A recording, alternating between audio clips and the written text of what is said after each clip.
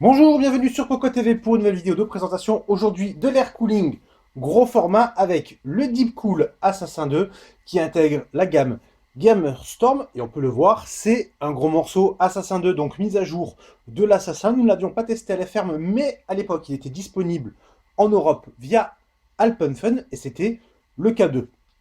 K2, Assassin 2, toujours avec 8 caloducs, donc une base qui est quand même assez impressionnante, comme on peut le constater, 8 caloducs qui sont en ligne.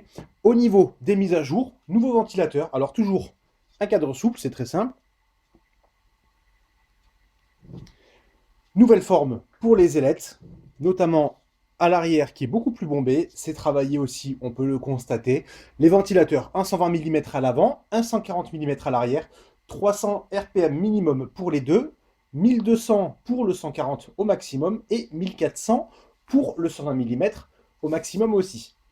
Le design est assez intéressant. Alors bien entendu, la couleur ne plaira pas à tout le monde, mais c'est plutôt sympa d'avoir ce petit cercle sur le côté. Ça change un peu. Alors après, à voir si ça reste correct avec le reste de la configuration. A priori, c'est pas gagné.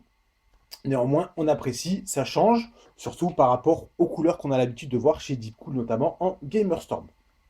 La finition est plutôt bonne, mais comme on peut le constater sur le dessus, les traces de doigts sur les ailettes en aluminium restent, ça marque énormément, donc à faire attention lors des manipulations. L'installation des ventilateurs est particulièrement simple, c'est juste un simple clip.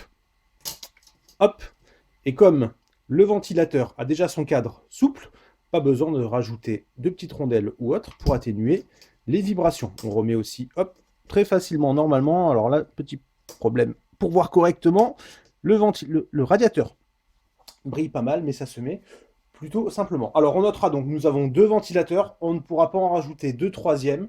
Certains radiateurs en dual tower le permettent, celui-ci ne le permet pas. La hauteur, on prend notre petite anti-sèche avec la boîte et on regarde la hauteur 167 mm. Donc attention au niveau des boîtiers, mais surtout même problème que pour le K2. Si on met comme ceci, on le constate, le ventilateur descend énormément. Donc à faire attention au niveau de la mémoire. On sait déjà que ça va empiéter sur le premier slot et peut-être sur le deuxième, voire même le troisième selon la carte mère.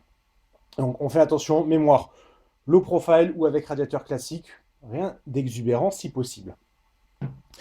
Au niveau du tarif, alors pour l'instant en Europe, il n'est pas disponible, mais on devrait taper dans du 70-80 euros. Ça reste très classique par rapport à ce gabarit. Le test sur le 980X, bien entendu, sans overclocking et avec un gros overclocking. Et on s'en occupe très rapidement. En attendant, on vous souhaite une bonne journée.